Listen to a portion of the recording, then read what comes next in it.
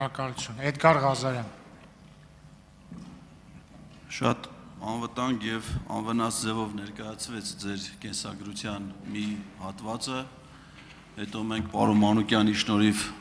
ունեցանք նաեւ դրա ավելի թարմացված տարբերակը, եւ այդ կենսագրության մեջ կար, որ դուք մի քանի անգամ, մի քանի գումարումների ազգային ժողովի падգամավոր եք ընտրվել, այդ թվում 2018 թվականին եւ նաեւ հիմա 2026 թվականին։ Ես օրինակ չեմ հարցնում, թե դուք ինչ զգացողություններ եք ունեցել 2018 թվականին ընտրություններից հետո, որովհետեւ վստահ եմ եղել, որ համոզված եք եղել, որ մարդիկ գնացել են, քվեարկել են ելք դաշինքի օգտին, որովհետեւ այն ժամանակվա հասարակական տրամադրությունները ոնց որ հուշում էին, որ կարար նման բան լիներ այդ պահին։ Ինձ հետաքրքիր է, թե դուք ինչ զգացողություններ եք ունեցել 2026 թվականի հունիսի 7-ի լույս 8-ի գիշերը, երբ որ գիշերը ժամը 2-ին падգամավորի տեխնացու Նիկոլ Փաշինյանը թիմակիցների հետ շատ անտրամադիր, ես նայում եմ հիմա այդ լուսանկարը, կադրում դուք չկաք, բայց վստահ եմ, որ դուք ընդեղ եք եղել, օրինակ Ընդեղ էի, կողքից ուղղակի։ Հա, վստահ եմ, որ ընդեղ եղած կլնեք, որովհետև հնարավոր չէ ընդեղ չլնեք, բայց ով որ կա շատ տխուր, թախծոտ, տես մի տեսակ ճլորած, եւ չեմ կարծում, որ դա միայն գիշերվա ու ժամով է պայմանավորված, բայց ասենք պարզա, որովհետև ընդհանրապես ամփոփվել այդ պահին ընտրությունների արդյունքներին մոտ, եթե չեմ սխալվում 20 թե 30% հիմնականում փոքր գյուղական բնակավայրի դեռ չի ամփոփվել խոշոր քաղաքներ, այդ թվում Երևան, Գյումրի, Վանաձոր, որտեղ սոցհարցումներով դուք ակնհայտ ավելի թույլ էր ձեր դիրքերը, եւ համակարգ հռչակվում է այդ ուժը հաղթող։ Օրինակ ես ուզում եմ իմանամ այդ իշխանազավթման այդ պահին, այդ ձեր զգացողությունները ինչպիսին է եղել եւ դրանք ոնց կհարաբերեք դուք ասենք օրինակ 2018 թվականի ձեր զգացողությունների հետ։ Պարոն Ղազարյան, ես կարծում եմ, որ դուք այնուամենայնիվ նույնիսկ սովորական օրերին, գիշերը ժամը 2-ին, չեք ունենում այնքան կայտար տրամադրություն, ինչպես որ ունենում եք, ասենք, առավոտյան 10-ին, եթե քնած չեք իհարկե առավոտյան 10-ին։ Այսինքն նորմալ է, որ կարող է ընտրության օրը, որ բոլորն էլ բավական ինտենսիվ աշխատել են, ինչ որ process-ի մեջ են եղել, հարված են եղել եւ այլն, եւ կարող է այդքան կայտար չլինեն։ Բայց ինչպես որ բոլոր դեպքերում, այնպես էլ էստեղ կա իրականություն եւ կա ստոպ կադր։ Հիմա պարոն Ղազարյան, դուք այս պահին ճլորած չեք։ Դուք ասում եք ճլորած բան, դուք ճլորած չեք ակնհայտորեն։ Եվ նաեւ ունեք նորմալ տրամադրություն, երբեմն կարող է նաեւ ժպտում եք։ Բայց եթե մենք վերցնենք ստոպ կադրեր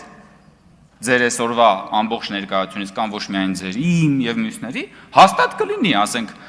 ճլորած դեմքի արտահայտություն։ Դուք աստիկ ճլորած, դրա համար եմ ես ճլորած ասում։ Ասենք դուք վերցրել էին բան, ստոպ կադրեր մարդկանց, ովքեր որ այդ պահին, ասենք, դե կանգնած խոսում են, ինչ որ իդեպ, հետո մեր գործընկերները հրապարակեցին ուրախ կադրերը։ Այդ նույն տեսանյութի մեջ կային նաեւ ուրախ կադրեր։ Հասկանում եք, պարոն Ղազարյան, դա կյանքն էլ է տենց։ Ֆոկուսի հարց է։ Նայած թե դուք ինչ եք ուզում տեսնել։ Եվ ինչի վրա եք ձեր ուշադրությունը դարձնում, դա էլ տեսնում եք։ Ինչ վերաբերում է պարոն Ղազարյան իշխանազավթմանը։ Ես այնուամենայնիվ ուզում եմ ձեզ հիշեցնել, պարոն Ղազարյան, որ դուք մասն եք եղել մի քաղաքական թիմի, քաղաքական թիմերի, որոնք որ Հայաստանի Հանրապետությունում ունեն իշխանազավթման ամենամեծ պորտֆոլիոն, որոնք որ կազմակերպել են, որոնց օրոք որ կազմակերպվել է հոկտեմբերի 27-ի ահաբեկչությունն ու տերորը, որոնց օրոք որ Երևանի փողոցներում գնդակահարվել են Հայաստանի Հանրապետության քաղաքացիներ, հետաքրքիր է իմանալ, պարոն Ղազարյան, դուք ինչ հոգեվիճակ ունեիք այն պահերին, երբ որ համագործակցում էիք այդ քաղաքական ուժերի հետ, եւ շատ լավ գիտեիք, որ նրանք պատասխանատու են եղել հոկտեմբերի 27-ի ահաբեկչության համար։ Շատ լավ գիտեիք, որ նրանց ձեռքերը արյունոտ է Հայաստանի Հանրապետության 10 քաղաքացիների արյունով։ Շատ լավ գիտեիք, որ նրանք զբաղվել են համակարգված թալանով տասնամյակներ շարունակ։ Շատ հետաքրքիր է, պարոն Ղազարյան, թե դուք ինչ զգացողություններ ունեիք այդ ժամանակներում, ինչպես նաև հիմա։ Եթե արձագանքի ժամանակ կիսվեք մեզ հետ, ես երախտապարտ կլինեմ։ Արձագանք։ Մի սեղմեք։ Միշտ չի որ պետքա սեղմել, դուք սպասեք կմիանը։ Ես ճիշտ ասած այդ կադրում գտնվող մարդկանց վիճակը նկարագրելուց մի քանի հոմանիշներ գործածեցի, չգիտեմ թե ինչի ձեզ ավելի հոգեհարազատ թված ճլորացը, բայց ես մի քանի հոմանիշ։ Ձեզ նայելով, բայց ինձ Անկոնջորյան մի արձագանք։ ինձ ավելի հետաքրքիր էր պատասխանի երկրորդ մասը, բովանդակությունը, որ երբ որ տեղի է ունենում իշխանազավթում, ինչ զգացողություններ են ունենում այն մարդիկ, երբ որ կանգնացվում է ձայների հաշվարկը եւ այն վերսկսվում է ժամը 7-ին եւ արդեն հնչեցվում են այն թվերը, որոնք հնչեցվել էին ժամը 2-ին ձայների հաշվարկը։ Ինձ դա էր ավելի շատ հետաքրքիր։ Իսկ իշխանազավթման նախորդ իշխանությունների ժամանակաշրջանի հետ կապված ես կարծում եմ այս դահլիճում ձեր խմբակցության առաջի շարքի բազմաթիվ падգամավորներ ձեզ ավելի մանրամասն ինֆորմացիա կտան, որովհետև իրանց դիրքը այդ ժամանակաշրջանում եւ ազդեցությունը հանրային կյանքի վրա շատ ավելի մեծ է եղել։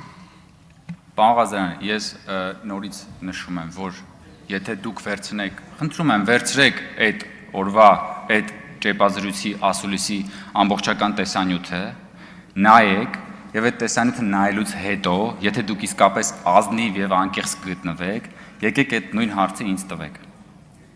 Եվ այդ ժամանակ ես ձեզ կպատասխանեմ, թե ես ինչ զգացողություն ունեի եւ դուք էլ կպատասխանեք, թե դուք ինչ զգացողություն ունեիք, երբ որ հայտնաբերեցիք, որ մենք այդքան էլ տխուր չենք եղել այդ կադրում։ Ինչ վերաբերում է հայտարարելու ժամին, պարոն Ղազարյան, դուք բավական փորձառու մարդ եք, եղել եք արտակարգ, դեսպանորդ եւ նախարար, եթե ճիշտ եմ ասում, տարբեր պաշտոններ եք զբաղեցրել, դաշնամուր եք նվագում, շատ ակտիվ գործիչ եք։ Դուք պիտի իմանաք, պարոն Ղազարյան, որ ընդհանրապես ընդունված է ամբողջ աշխարհում ընտրությունների գիշերը, նույնիսկ ավելի վաղ, հաշվի առնելով էքզիտ փոլերը, հաշվի առնելով արդեն եղած բավականաչափ շեմը ձայների հաշվարկի տոկոսային հարաբերությունը, բազմաթիվ ժողովրդավարական երկրներում արդեն քաղաքական ուժերը իրենց գրասենյակներում հայտարարում են ընտրության ընդհանուր պատկերը, դա նորություն չի։ Շնորհակալություն, Հարություն Մնացականյան։ Ողջույն ձեզ, քանի որ ես եւ Հայկ Կոնջորյանը նույն մարզից ենք, շատ մոտ բնակավայրերում ենք ապրել եւ առիթ եմ ունեցել միշտ գնալ Չարենցավան հետ վերադառնալ, մի անգամ հետաքրքիր պատմություն եղավ, իմ ծանոթներից մեկը խոսելով Հայկ Կոնջորյանի մասին, ասեց դու տեսել ես լրագրող Հայկ Կոնջորյանին, ով արդարության մարտիկ է, կարծես, ու մեր Չարենցավանցին է, մեր զեմլյակն է, այսպես ասած։ Եվ ես շատ կուզեի իմանալ 2015-16 թվականների արդարության մարտիկ Հայկ Կոնջորյանը ինչ մեկնաբանություն կտար, եթե տեսներ մի երաշխով 10 տարի հետո 2026 թվականին ԱԺ փոխնախագահի պաշտոնում առաջադրված Հայկ Կոնջորյանի մասին, ում մասին մոտ 10 օր ամբողջ լրատվականներում սկանդալային նյութերից բացի այլ նյութեր չկան։ Շնորհակալություն։ Շնորհակալություն ձեր հարցի համար, եթե այսպես ռետրոսպեկտիվ հետ գնամ այդ Հայկ Կոնջորյանի աչքերով նայեմ, այս Հայկ Կոնջորյանը դժվար է խոստովանել, բայց այնուամենայնիվ ես կհասկանայի, որ փաստորեն 8 տարի քաղաքական գործունեությամբ զբաղված,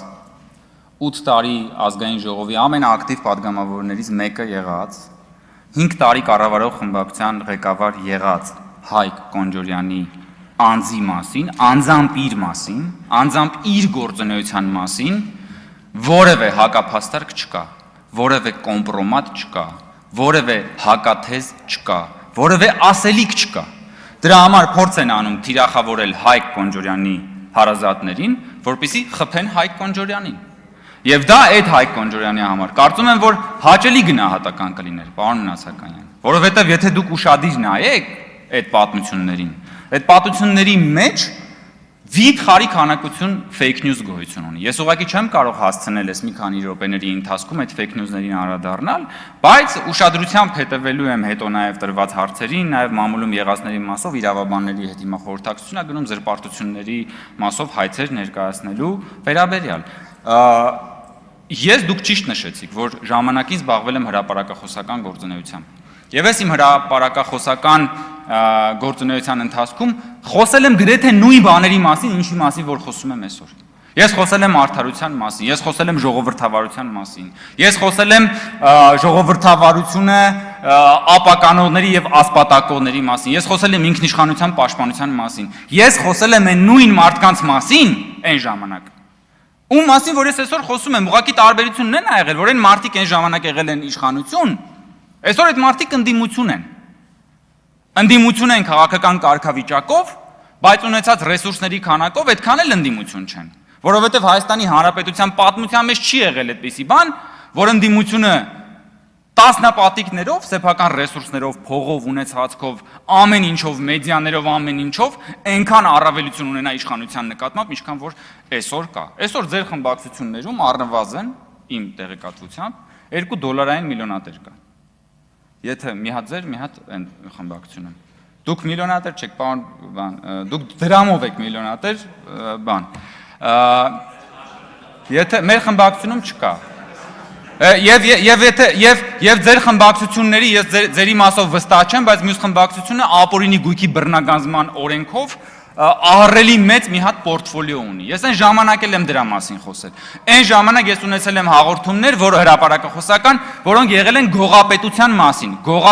մասին են եղել այդ բաները։ Այդ գողապետության ներկայացուցիչները այսօր ապօրինի գույքի բռնագանձման մասին օրենքով հիմա հայցերի տակ են։ Բայց որ արձագանքեք, ես Արձագանք։ Պարոն Կոնջուրյան, հիմա ուզում եք ասել, որ ինչ լրատվականներով հնչել է, դա ամբողջությամբ fake է, նման ոչինչ տեղի չի ունեցել։ Ավարտեցիք։ Այո։ Ես կնոջս աշխատավարձի եւ կնոջս աշխատանքի ընդունվելու եւ մնացած հանգամանքներին անդրադարձա եւ պարզաբանումները ներկայացրեցի։ Մնացած պարզաբանումները, պարոն Նացականյան, որոնք որ վերաբերելի են տարբեր գերատեսչություններ, օրինակ մրցույթի անցկացման չափանիշներին եւ այլն, ես այդտեղ իրավասու անձ չեմ, ես տեղեկատվություն տիրապետող չեմ։ Եթե նույնիսկ լրագրողները ինձ հարց տան կամ հարցում ուղարկեն, ես չեմ կարող այդ հարցերին պատասխանել, որովհետեւ ես չեմ կարող վերազանցել իմ լիազորությունները եւ ես չունեմ էլ այդ տեղեկատվությունը։ Մնացած հարցերով, եթե կհնչի կոնկրետ հարցը պիտի լինի կոնկրետ, որպեսզի ես կարողանամ կոնկրետ պատասխան տալ։ Բայց նախորդի հարցով, որպեսզի չստացվի, որովհետև հնչեց ու ես չեմ արձագանքել, ես հայտարարություն եմ արել եւ ես այդ հայտարարությունը ընդհանուր գծերով կրկնում եմ։ Ինձ համար դատապարտելի է ցանկացած տեսակի ընդդիմություն, ֆիզիկական, հոգեբանական, ցանկացած տիպի բռնություն, ներողություն, աստծի ընդդիմություն, այնքան ընդդիմությունից խոսացին։ Ինձ համար դատապարտելի է ցանկացած տիպի բռնություն, հոգեբանական, ֆիզիկական,